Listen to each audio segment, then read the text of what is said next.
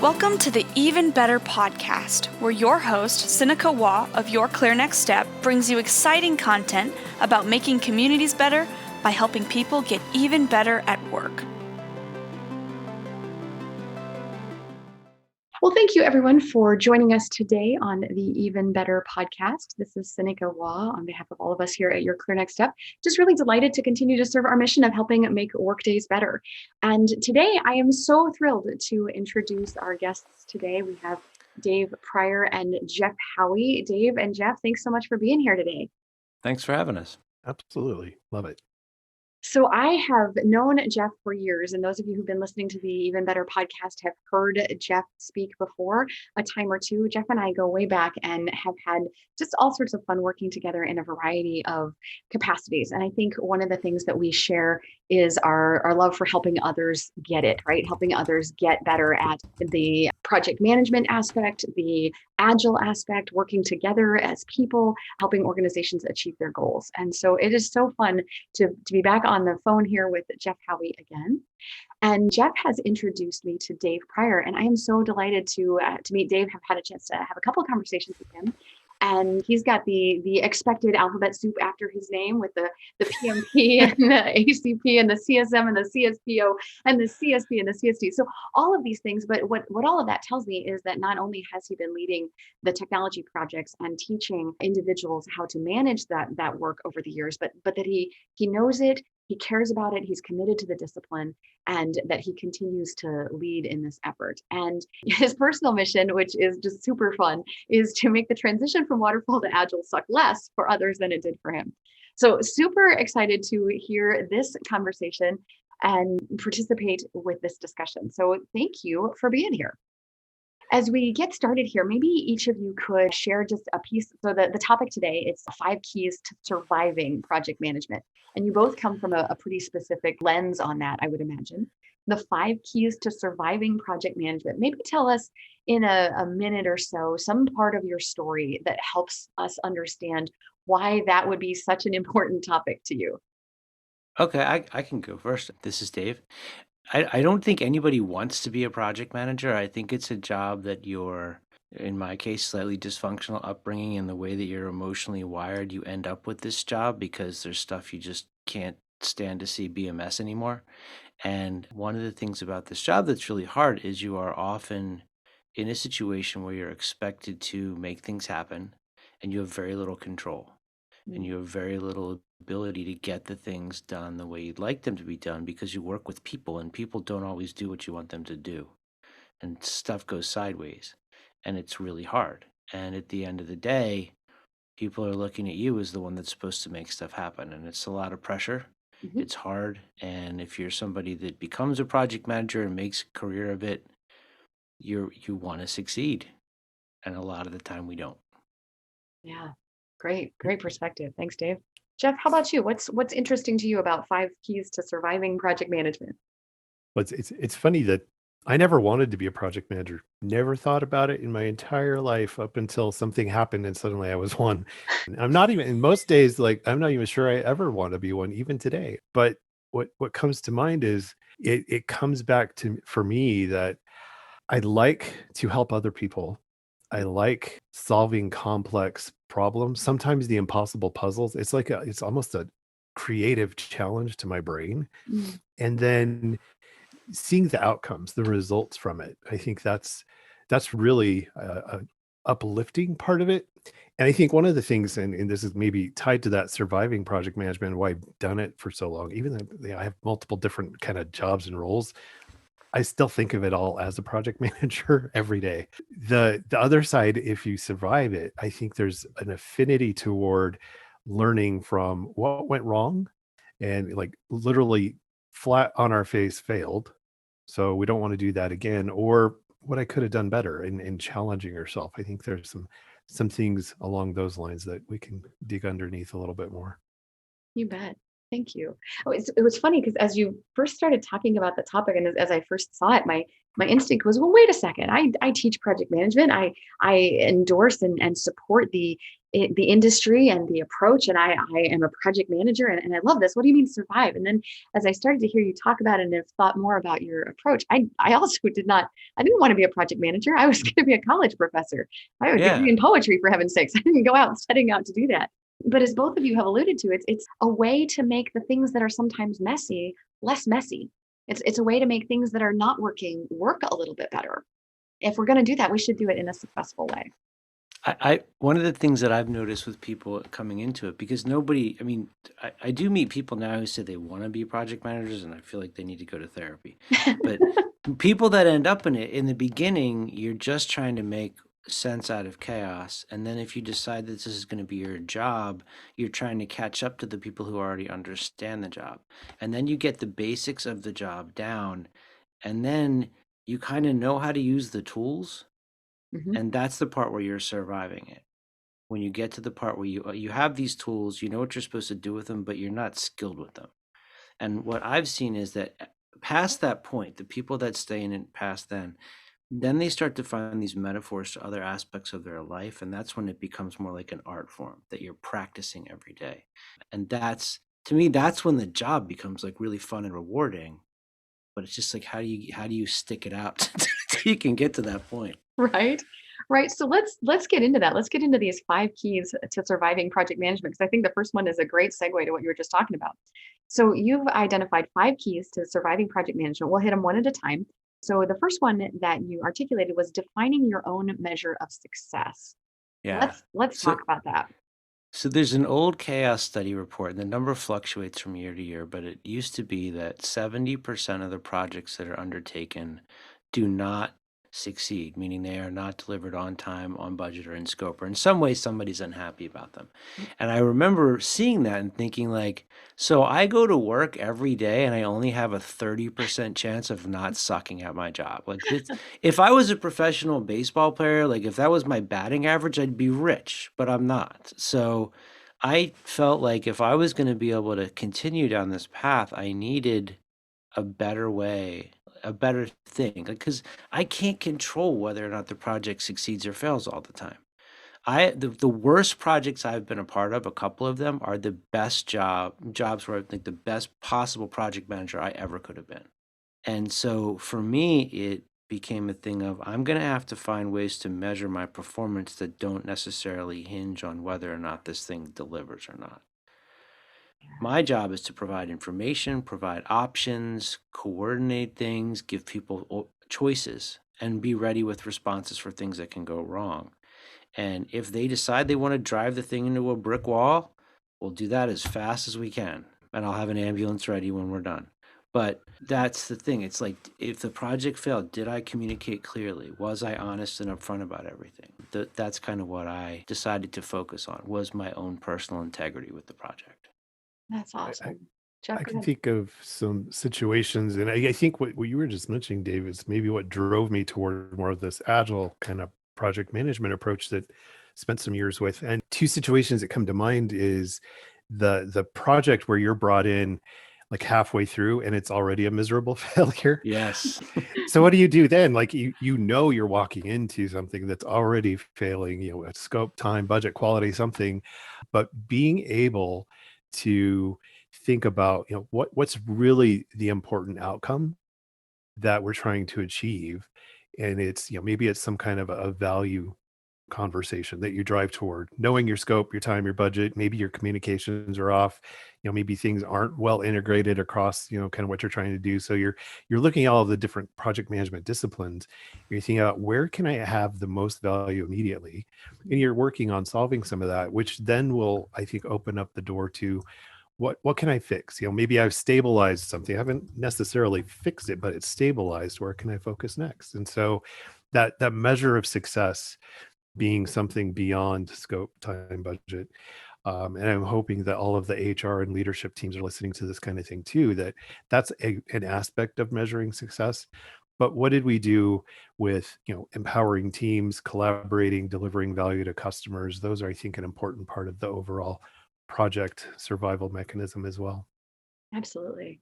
So I think in a prior conversation that we've had, we talked about the idea of reframing and that idea of, 70-30, or the one that have most recently used is the 55 to 75% fail, right? It's somewhere in that range. And to reframe that and say, okay, if it's statistically likely that this project won't achieve scope, time, and cost as expected, what can I prioritize? What can I do? How can I make a difference? And how can I make it as positive as I can from where I'm sitting? That's a really elegant way to reframe. So we talked previously before the interview, you were mentioning about thinking about the company and what the company, how to be responsible with the company when you Mhm. make choices. This is a thing where walking into a situation where there's a high percentage of failure, for me personally, it's always been like reframing it so that how can my interaction with these people make them better or help them give a chance to get better? And if this project's going to fail, what can I do to make it as successful for each of us personally as possible? Mm, What can we learn? How can we grow from it? And I think that then you're doing a job that transcends the project itself and you're making it better for everybody around you. absolutely. Absolutely. Okay, so we're going to keep moving. 5 keys to surviving project management. The first one is defining your own measure of success. What a great discussion there. So let's move on to the second one, which is everything is practice. Wait, you mean we're not perfect? Everything is practice. Tell me more. I actually stole it from a movie. So there's this old bad Colin Farrell Al Pacino movie called The Recruit. And like the refrain in the movie is everything is a test. And I was thinking about that and thinking about my job and like everything is practice because everything I'm doing is trying to get better at what I'm doing. When I used to try to teach people meditation, they would come into the group that I ran and they would come in like with the intent of I'm going to learn to meditate so that I get like this thing, like enlightenment, and then you can go buy a sandwich or whatever. If you're doing an activity and you're truly in the activity, what you get out of the activity is the process of doing it. Like you're totally in the flow with it. And for me, with project management, if I can be of the mindset that I'm doing this to get better at doing this, and whether I'm in a conflict situation or I'm just creating a plan or I'm whatever it is, I want to be in completely present with what I'm doing because it's not like it's a thing that I'm going to be done and never have to do again. I just want to be better every single time. It's funny you say that because the everything being practice. I think there are certain personality types drawn to project management that part of it is being challenged, and every day is there's a new opportunity to challenge yourself, learn from something. I can literally think of a handful of situations right now in my past where I had just the worst possible like outcome from something, and I was almost excited to go try it again and see what I could do differently. But having that resilience and awareness of what you're doing and why you're trying to achieve it, it's trying to ultimately get to some kind of a project outcome, and you're playing your part, but being open to the fact that it's not always going to go well. So I love that you've both taken two really empowering angles on that. So there's the practice as in keep doing it, as in keep repeating it, enjoy the process and get better at that. And then there's also the grace that comes with knowing that if it's practice, it doesn't mean perfection yet. It means that I'm going to have days where I slip up and I'm going to have days where it's not great. And yeah, and you can look at them and be like, well, that was interesting. I just completely did that wrong. It makes it more fun. Yep. I heard a speaker once who she was talking to this really animated person. So picture this really expressive face, and she puts her hands out to their sides with her palms raised to the heaven. She goes, well, whenever I do something strange, I just hold my hands out like that and go, well, that was fascinating. Yes, exactly. Practice, everything is practice. So let's move on to number 3. We're here with Dave Pryor and Jeff Howey, and we're talking about 5 keys to surviving project management. We talked about defining your own measure of success. We talked about the truth that everything is practice. And now we're on to number 3, which is listen. Oh, I love this. I'll just shush and listen. So this is really more of me trying to remind myself. This is something I'm working on. But I do believe as a thing that I take out of The Art of War, the Sun Tzu book, The Art of War, about you never step in the same river twice. Every interaction you have changes everything, with everybody. And every moment there's something or someone that's trying to offer us a lesson. And if we can be quiet and we can hear it, we can learn and get better from it. And it's hard to listen sometimes. So that's something that I'm always trying to get myself to shut up more and listen. Especially when you're a teacher, it's hard to listen. For sure. We gravitate to teaching because we're Yeah. really good at talking. Yeah. It's funny because this immediately was, as you were talking, Dave, I was like, oh my gosh, I remember this time. And it's probably in the mid 90s where I was in a project meeting, and the project manager, much more senior, many more years of experience, they were talking, they were telling me something. And I remember saying, but you're not listening to what I'm saying. And that, 10, 12 years later, I was that project manager talking and saying, I know what we're going to do. Here's how we're going to do it. And it was a team member said, but you're not listening. And I was like, whoa, you're right. And so I think this is one of those, and it's fun because that's the whole point of communication and collaboration, right? Is we're trying to solve a complex problem together, and none of it's really going to be easy. I may have a point of view, but unless you listen to and hear what others are saying from their different perspectives and creative input, I think you miss out on some of those opportunities. Yeah. For sure. The idea of I don't think you're listening, it calls to mind a story that comes up in many of my classes, but it was one of those profound moments where the universe was teaching me something for sure. And it was an executive sponsor, and I was doing what I thought was my best listening. I was hanging on her every word, and I was nodding, and I was smiling and engaging. And I watched her nonverbals change, and she was becoming frustrated with me. And finally, after several minutes of my bewilderment, I don't understand why she's so frustrated. I'm smiling, I'm nodding, I'm frowning, I'm mirroring, I'm doing all the things I should do as I'm listening. And she taps her hand on my padfolio and she says, Sinikka, I want you to write that down. I'm not sure you're listening to me. So every time I hear I'm not listening, I go, oh. And not only are my mouth closed and my ears open, but am I also listening with my whole body to figure out what that other person needs me to do to show them I'm listening. Yeah. I think that's important too, because you listen not just by not talking, you listen with your eyes and your ears and every other sense that you have. Like teaching, if you're in a room full of people, a lot of what they're saying is not spoken. Yes, for sure. Listen. Oh, let's just let that hang for a second. That is lesson 3. Listen. All right, let's move on. 5 keys to surviving project management. Define your own measure of success. Everything is practice. Listen. And number 4, some days you win. And some days you don't. Some days you don't. So there's two sides to this. I think that one of them is, if you're going to be in this job, you have to accept that sometimes you're going to fail. There's going to be projects that fail. There's going to be people that, I've had 2 people in my career that I can remember sitting in a room with this person and both of us acknowledging we cannot communicate. We're just not able to get there. And it wasn't like either one of us was wrong. We just didn't mix. Mm-hmm. I think that you have to be okay with the fact that there's times you fail. There's times you look weak. There's times you look like a hero. A really short story. The thing that happened to me, I had a job at a company. There was this middle manager who, in my thinking about people at work, this guy was totally useless. Like, he just wouldn't make decisions. He wouldn't do anything. And I really didn't like working with him. And I was standing at his desk talking with him one day, asking him another question that he wasn't really going to answer. And I looked down on his desk and I saw a picture of his 2 sons. And I had this moment where I was like, oh my gosh, this guy is their hero. Mm-hmm. Like, this guy right now, for me in this moment, might seem like, whatever, he's not really doing what I need him to do, but he's somebody's hero. And that really changed how I thought about people and how I interact with people, and having to acknowledge that, like, for him or for somebody else, I'm the bad guy. I'm not the hero of the story all the time. So I don't have to win all the time. And I think you have to find a way to be okay with that. It's hard. It's hard to think that, like, I'm somebody else's problem.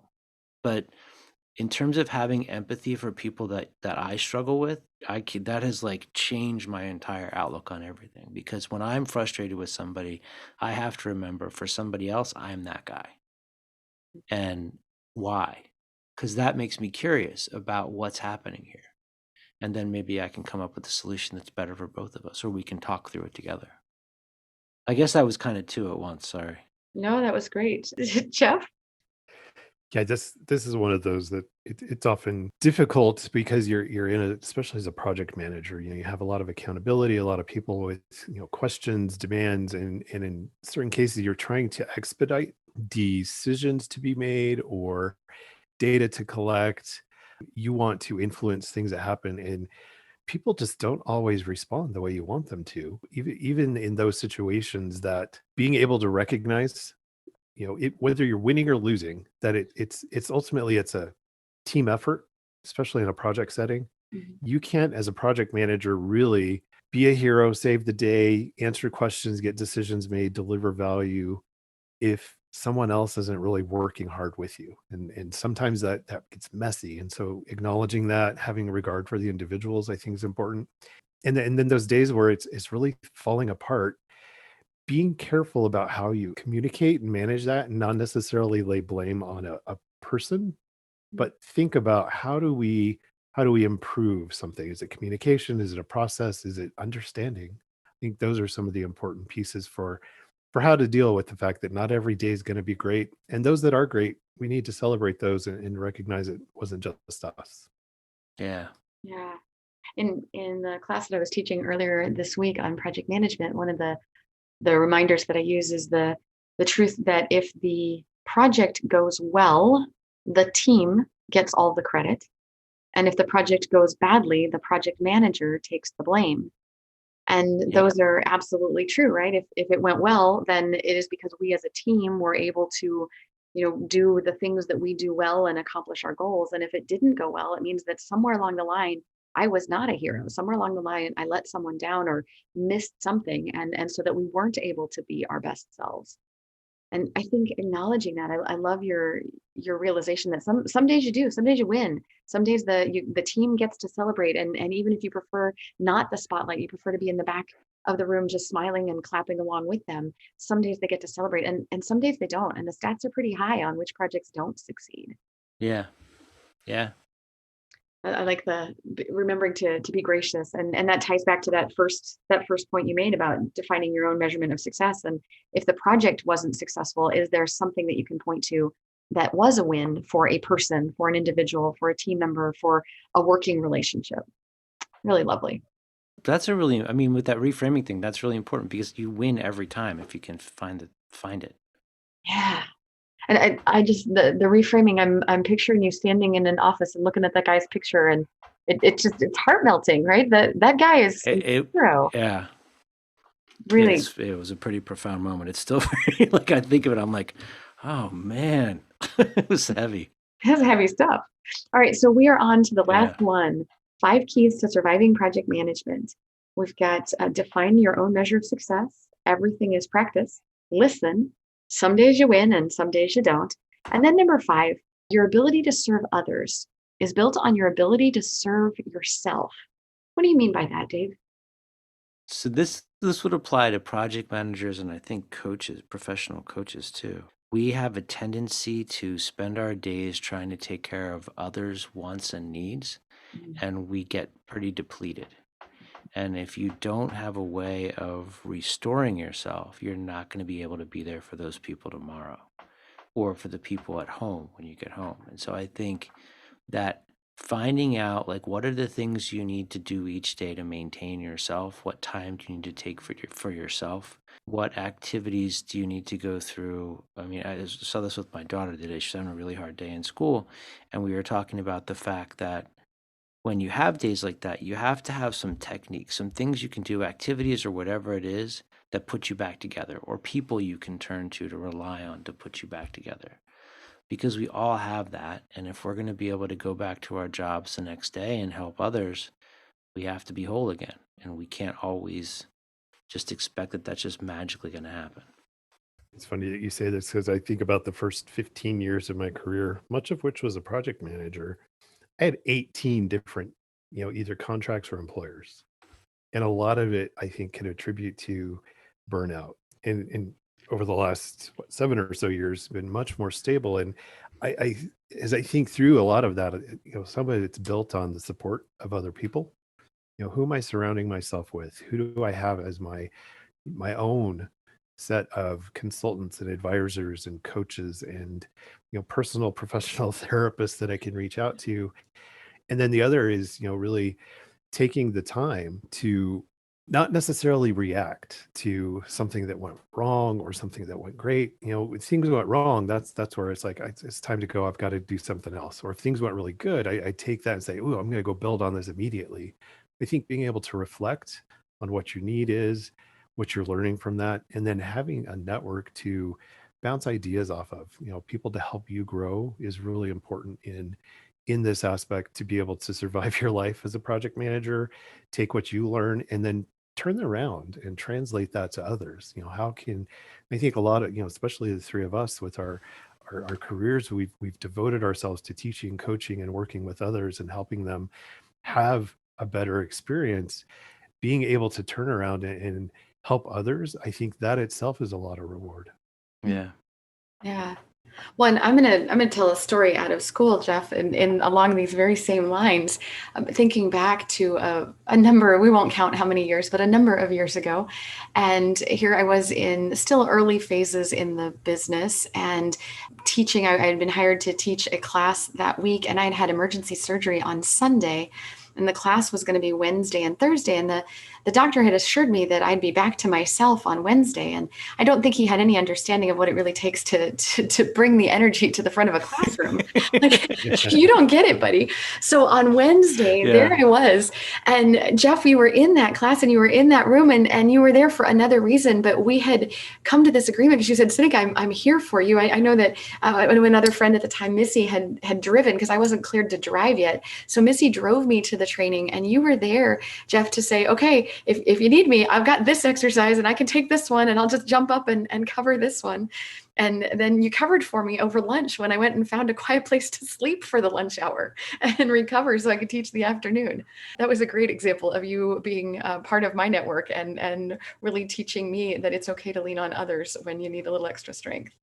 I want to add to that. I want to interrupt and add to that because Jeff did something like that for me last week. Actually, the three people I work on a team with, I was on vacation and I'm not good at taking vacation. I tend to work the whole time.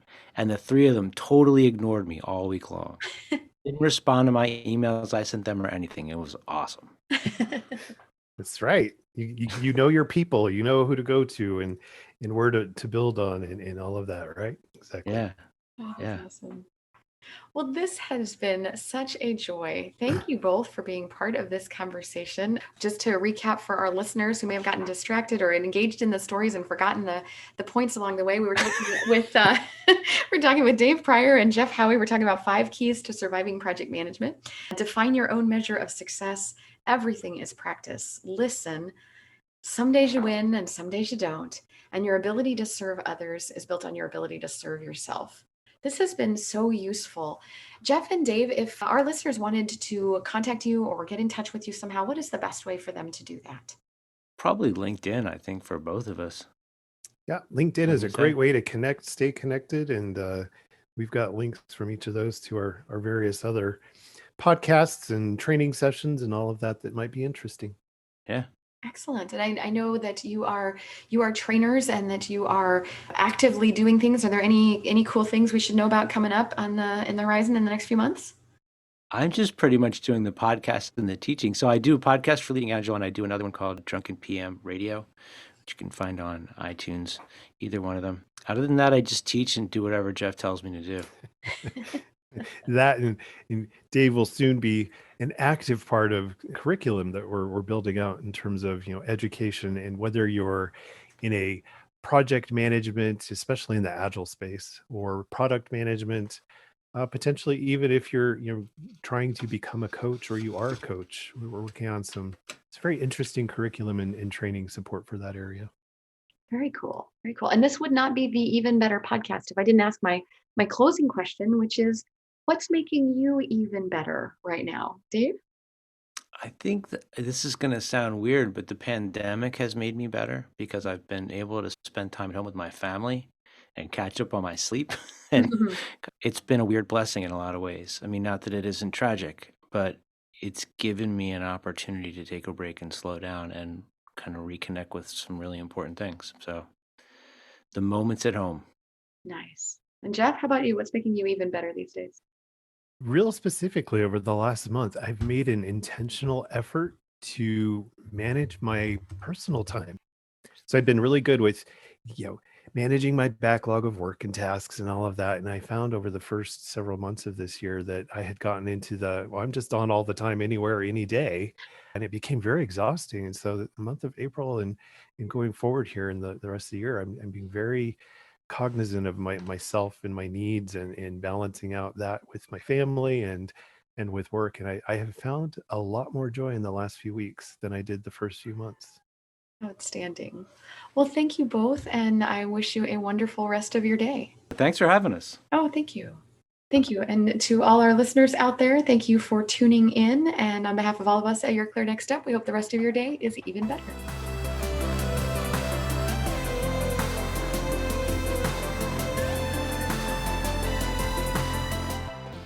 Thank you for tuning in today. The Even Better podcast will be back with more content soon. But in the meantime, subscribe to our podcast or check out our website at yourclearnextstep.com for more information. See you next episode.